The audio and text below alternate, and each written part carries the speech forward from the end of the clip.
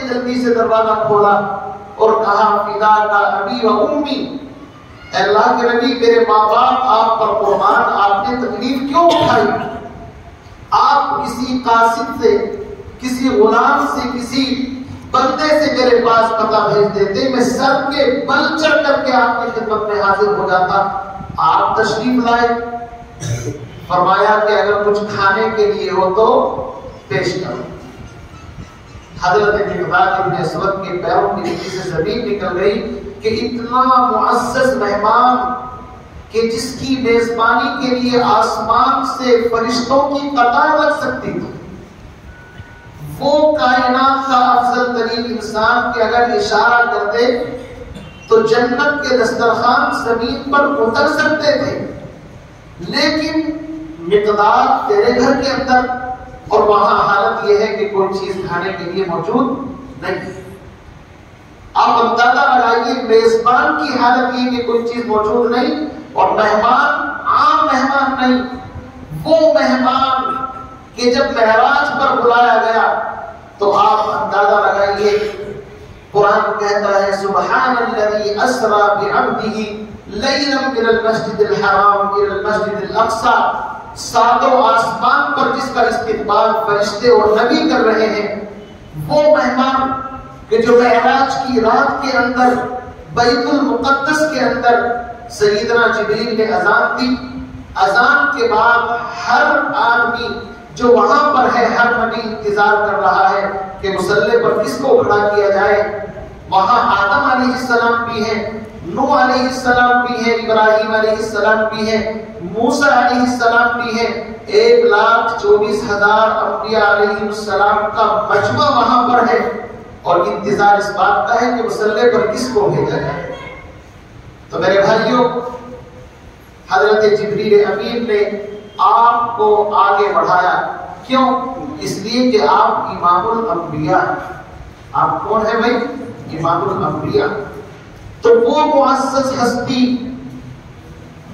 کہ معراج کی رات میں جس کا استقبال آسمانوں پر، جس کے پیچھے لائن لگا کر کے 1,24,000 پیغمبر نماز کا انتظار کریں، لیکن بھوک کی وجہ سے اپنے صحابی حضرت مقداد ابن اسود کے گھر پہنچے اور وہاں پر بھی کچھ نہیں، تو آپ نے فرمایا مقداد گھبرانے کی ضرورت نہیں، یہ نبوت والی چادر، وہ چادر جس کو قرآن کہتا ہے یا ایھا المزمل یا ایھا المدثر، یہ نبوت والی چادر لے، اور ان کے مکان کے وہاں کھجور کا ایک درخت تھا جو خشک تھا، خشک سمجھتے ہیں جس کے اوپر کچھ نہیں آتا، پانچ۔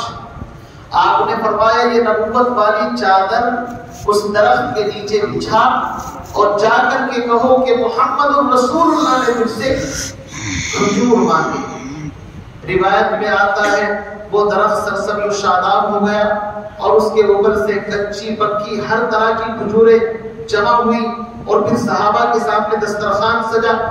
میں عرض یہ کر رہا ہوں کہ پیغمبر علیہ السلام کی یہ معجزات ہم نے کتابوں میں سنے ہیں، پڑھے ہیں، لیکن اپنی آنکھوں سے نہیں دیکھے۔ حضرت ام معبد آپ سب جانتے ہیں، جب آپ ہجرت کر کے تشریف لے جا رہے ہیں تو ایک بوڑھی عورت کا ایک خیمہ ہے، اور ابو بکر صدیق رضی اللہ تعالیٰ عنہ ساتھ ہیں۔ بھوک کی وجہ سے بے تابی کا عالم، تو اس بوڑھی خاتون کے خیمے کے اوپر پہنچے اور جا کر کے ان سے کہا کہ کوئی بکری ہو جو دودھ دے سکتی ہو تو سامنے پیش کرو۔ کہا کہ میرے شوہر ساری بکریاں لے کر کے گئے ہیں، یہ بوڑھی کمزور دبلی مریل پتلی سی ایک بالکل بیمار لاغر بکری یہاں پر چھوڑ کر کے گئے ہیں۔ فرمایا کہ اسی کو آگے کرو۔ چنانچہ اس کو آگے کیا، اور جب اس کے تھنوں کے اوپر ہاتھ پھیرا تو اس کے خشک تھن دودھ سے بھر گئے، اور ان کے یہاں جو برتن تھے ان کے اندر دودھ نکالا، ان کو بھی دیا اور لے کر کے واپس۔ یہ بوڑھی خاتون دیکھ رہی ہے، اس کو کچھ سمجھ میں نہیں آ رہا ہے کہ یہ تو مریل ہے، ریوڑ کے اندر جا بھی نہیں سکتی تھی، اور یہ دودھ دے رہی ہے۔ تو اس نے اس واقعے کو جب ان کے شوہر شام کے وقت آئے، پورا واقعہ سنایا۔ شوہر نے کہا کہ اللہ کی بندی مہمان تھے، مسافر تھے، نام تو پوچھ لیتی، کیا نام تھا؟ کہا کہ بس ان کا نام مبارک، یعنی ایک ہستی تھی برکت والی۔ میرے عزیز بزرگوں بھائیوں، یہ سارے معجزات، ہزاروں معجزات ہم نے کتابوں میں پڑھے ہیں، سنے ہیں، لیکن اپنی آنکھوں سے نہیں دیکھے۔ لیکن ایک معجزہ جو پیغمبر علیہ السلام کے زمانے کے اندر بھی تھا، صحابہ کے دور کے اندر بھی تھا، تابعین کے زمانے کے اندر بھی تھا، آج بھی ہے اور قیامت کی صبح تک رہے۔ وہ معجزہ آج بھی ہے اور قیامت کی صبح تک رہے گا، اور جو کمالات اس صدی اور اس زمانے کے اندر تھے وہی کمالات آج بھی اس کے موجود ہیں۔ میرے عزیز بھائی، وہ معجزہ آپ سمجھ گئے ہوں گے، وہ معجزہ کیا ہے بتاؤ؟ زور سے بولو، کیا معجزہ ہے؟ قرآن۔ یہ اللہ کا وہ کلام ہے، یہ وہ معجزہ ہے کہ جو آقا مدنی محمد عربی صلی اللہ علیہ وسلم پر 23 سال کے عرصے کے اندر جس طریقے سے نازل ہوا، جس کیفیت کے ساتھ اترا، حضرات صحابہ کرام نے اس کو اپنے سینے سے لگایا، اور اس قرآن کی برکت سے اللہ نے عرب کے ان بدوؤں کو، جن کو اونٹ چرانے کا طریقہ نہیں آتا تھا، جن کو اونٹ چرانے کا سلیقہ نہیں آتا تھا، خود نہ تھے جو راہ پر اوروں کے ہاتھی بن گئے۔ شاعر کہتا ہے گلشانی نے تیری قطروں کو دریا کر دیا، دل کو روشن کر دیا، آنکھوں کو بینا کر دیا، اور خود نہ تھے جو راہ پر اوروں کے ہاتھی بن گئے۔ کیا نظر تھی جس نے مردوں کو مسیحا کر دیا، کس نے ذروں کو اٹھایا اور سہرا کر دیا، کس نے قطروں کو ملایا اور دریا کر دیا، کس کی حکمت نے یتیموں کو کیا در یتیم، اور غلاموں کو زمانے بھر کا مولا کر دیا۔ زندہ ہو جاتے ہیں جو مرتے ہیں ان کے نام پر، اللہ اللہ موت کو کس نے مسیحا کر دیا۔ وہ حضرات کہ جن کی زندگی جہالت کی تاریکیوں کے اندر پڑی تھی، لیکن جب قرآن کو انہوں نے اپنے سینے سے لگایا تو میرے بھائیوں، اللہ نے ان کو وہ مقام عطا فرمایا، وہ زمین پر بیٹھ کر کے دعائیں مانگتے تھے، عرش ہل جاتا تھا۔ اسی لیے علامہ اقبال رحمۃ اللہ علیہ یہ اتنا عظیم انسان ہے کہ علامہ انور شاہ کشمیری رحمۃ اللہ علیہ نے فرمایا کہ علامہ اقبال کی زبان پر قرآن کی تفسیر ہے شعروں اور شاعری کی شکل کے اندر، یعنی اشعار جو ہیں ان کے وہ قرآن ہی کی کوئی آیت ہوتی ہے جس کا ترجمہ ہوتا ہے۔ انہوں نے کہا وہ معزز تھے زمانے میں مسلمان ہو کر، صحابہ کو کہا کہ صحابہ کو جو عزت ملی تھی وہ کس وجہ سے؟ اس شعر کے اندر انہوں نے خلاصہ کر دیا، وہ معزز تھے زمانے میں مسلمان ہو کر، اور ہم خار کہتے ہیں ذلیل کو، اور ہم خار ہوئے تاریخ قرآن ہو کر۔ ہم نے قرآن سے رشتہ توڑ دیا۔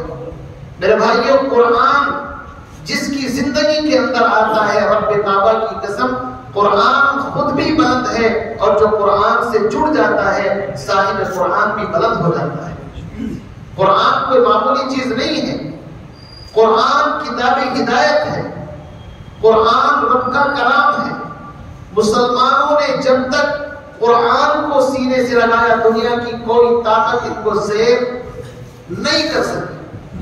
قرآن سے رشتہ جب تک مسلمانوں کا مضبوط تھا، ساری دنیا بلکہ 3 بر اعظم کے اوپر مسلمانوں کی حکمرانی تھی، اور جب سے مسلمان نے اپنا رشتہ قرآن سے توڑا ہے، در در کی ٹھوکریں کھا رہا ہے۔ اس لیے قرآن نے اعلان کیا وَاعْتَصِمُوا بِحَبْلِ اللَّهِ جَمِيعًا، سب کے سب مل کر اللہ کی رسی کو مضبوطی کے ساتھ پکڑو۔ اللہ کی رسی نظر نہیں آتی، کہاں ہے وہ، کس کو پکڑے؟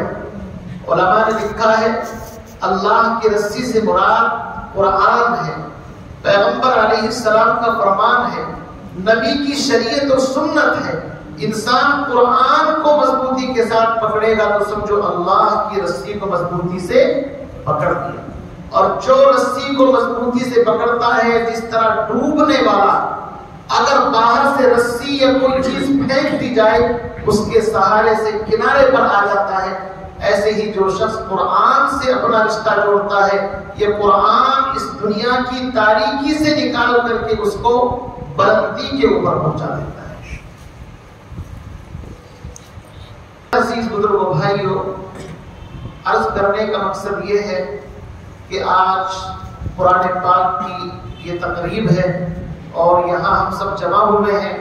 ختم قرآن کا موقع ہے. اس بچے نے قرآن پاک حفظ کیا ہے، اپنے سینے کے اندر اس دولت کو اکٹھا کیا ہے، جمع کیا ہے، اور یہ عظیم دولت جس کے سینے کے اندر آ جائے وہ باکمال بن جاتا ہے.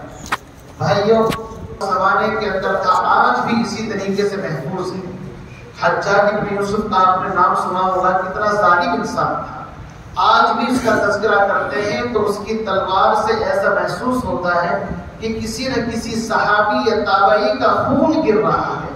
ہزاروں اور ہزاروں سے بھی زیادہ صحابہ تابعین کا اس نے خون کیا. اتنا سفاک ظالم اس کے بارے میں آتا ہے. ایک مرتبہ اس کے پاس، چونکہ آپ جانتے ہیں قرآن کریم کے اوپر زبر زیر حجاج بن یوسف نے لگوایا، تو اس کے پاس یہود کے کچھ بڑے لوگ، یہود کوئی معمولی قوم نہیں، یہ پہلے سے ہی معیشت کے اوپر قابض ہے، پوری دنیا کو اپنی انگلیوں پر نچاتے ہیں، ریموٹ کنٹرول اپنے ہاتھ میں رکھتے ہیں. خود مدینے کے اندر معیشت کے اوپر انہی کا قبضہ تھا، پوری تجارت مارکیٹ کے اوپر. وہ تو پھر ان کو نکالا گیا وہاں سے ان کی بدعنوانیوں کی وجہ سے. تو وہ حجاج بن یوسف کے پاس آئے کہ یہ ظالم آدمی ہے، اور انہوں نے آ کر کے اس کے سامنے پیشکش کی، ایک بات رکھی. کہا کہ دیکھو، ہم تمہیں منہ مانگی رقم دینے کے لیے تیار ہیں. ہم اپنا بیت المال، اپنے بینک، اپنا خزانہ، اس کا دروازہ ہم نے کھول دیا ہے. آپ صرف جو چاہو آپ ہم سے مانگ سکتے ہو. ہماری خواہش یہ ہے کہ آپ کے قرآن میں، آپ کے نبی پر جو قرآن اترا ہے، اس کی ایک آیت ہے سورہ کہف کی. اس آیت کے اندر جو جملہ ہے فَأَبَوْا أَن يُزَيِّفُوهُمَا، میں واقعے کی تفصیل میں نہیں جاؤں گا. حضرت موسیٰ اور حضرت خضر علیہ السلام کا واقعہ ہے. اس کے اندر 3 واقعات ہیں. ان میں سے ایک واقعہ یہ ہے کہ موسیٰ اور حضرت خضر ایک بستی کے اندر گئے. ان بستی والوں نے ان کی قدر نہیں پہچانی اور ان کی مہمان نوازی نہیں کی. ابا اس کے معنی آتے ہیں انکار کرنا، یعنی فَأَبَوْا، انہوں نے انکار کر دیا، ہم آپ کی مہمان نوازی نہیں کر سکتے. اب یہ ہماری قوم کے اوپر ایک دھبا ہے، ہمارے نبی کی انشاء اور توہین ہے. سمجھ رہے آپ؟ موسیٰ علیہ السلام کی وہ اپنی توہین محسوس کر رہے ہیں کہ فَأَبَوْا، ہمارے نبی کو انکار کر دیا. کیسے لوگ ہوں گے وہ؟ ہم صرف اتنا آپ سے تقاضا لے کر کے آئے ہیں، دنیا کے خزانے آپ کے قدموں میں رکھ دیں گے، جو چاہے مانگ لو. آپ اس قرآن میں زبر زیر کے ساتھ ساتھ ایک نقطے کا اضافہ کر دیں.